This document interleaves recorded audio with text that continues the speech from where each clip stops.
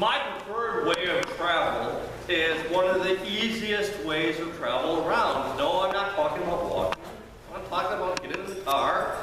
I'm talking about getting on a plane, being able to just go across the ocean and be in Europe within a few hours. I mean, it's pretty amazing. Flying is the safest way to travel.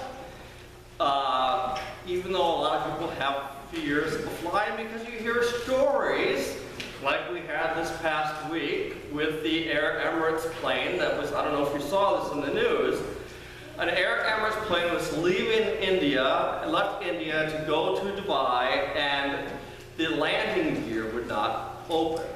And so they had to have an emergency crash landing.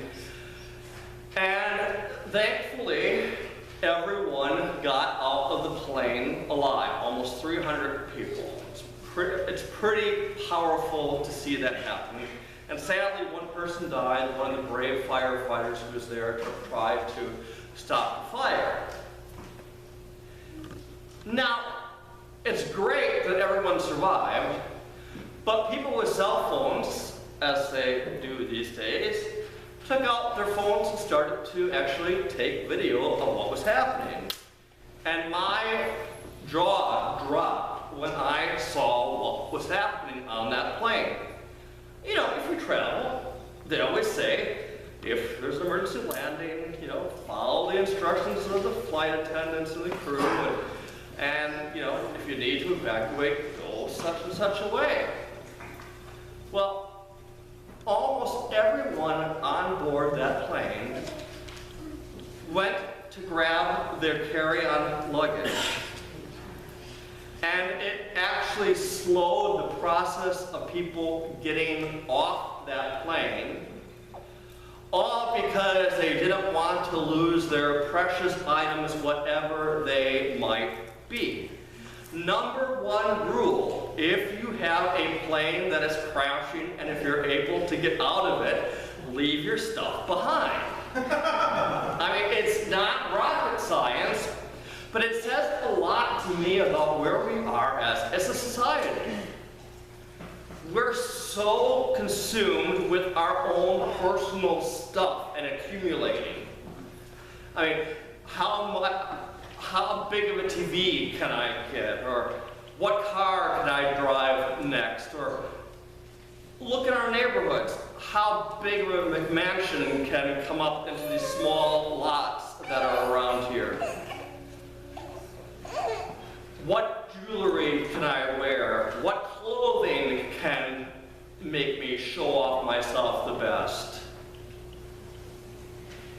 It's not about you, it's about things. Things that really, when push comes to shove, means absolutely, positively nothing. Those people on that plane could have all died. Because literally, right after the last person got out, it exploded. Now, I ask you this question: where is your treasure being kept? Because Jesus asks that in today's gospel. He says, where your treasure is, there your heart will also follow. What is your treasure? And there's a simple question to ask yourself, and that is this. If you are at home and a fire starts in your house, what would you grab? Magda is pointing to Vinny, and he's pointing to her. If that happened, if the fire happened in my house at the rectory, I would grab Carrie, I would grab our dog, and I would grab our cat. Of course, the cat, good luck grabbing the cat. Cats will hide. They might survive, but they'll hide. But then I would get the heck out of the house. Everything everything else is not worth it. Sure, there might be some things that are irreplaceable. If I could grab one thing, I might grab our photo album from our legal wedding 5 years ago. And I know where that is.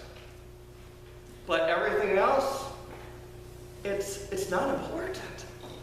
It's just stuff that either can or cannot be replaced, and it doesn't matter if it can't be replaced, because you know what?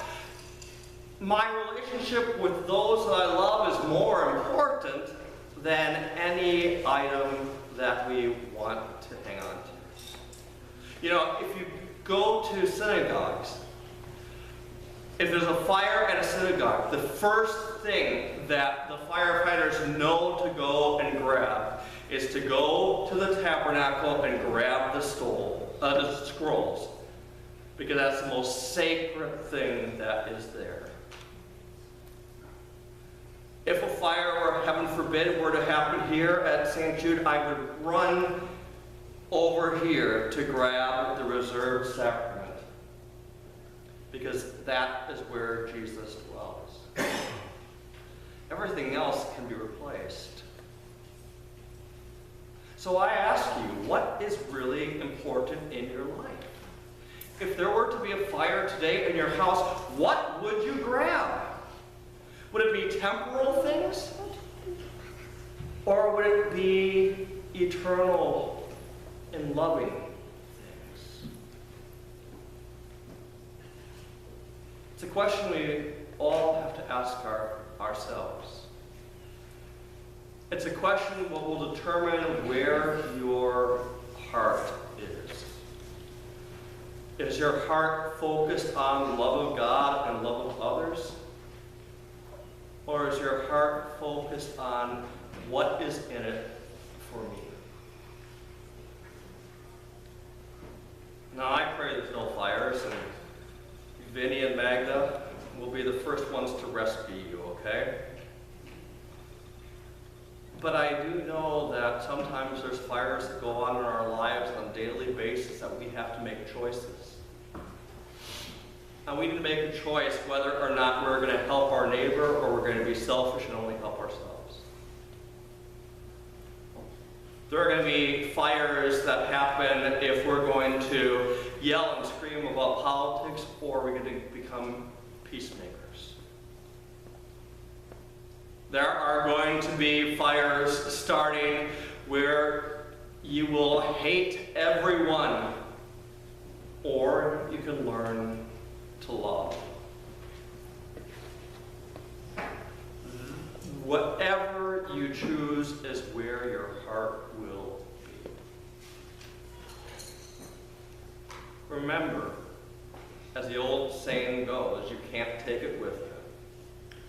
And trust me, just go to the Metropolitan Museum of Art and go to the Egyptian section right there, and you will see what people thought could be taken with them, and it's not with them. It's in a museum in New York. But what we can take with us is the love of God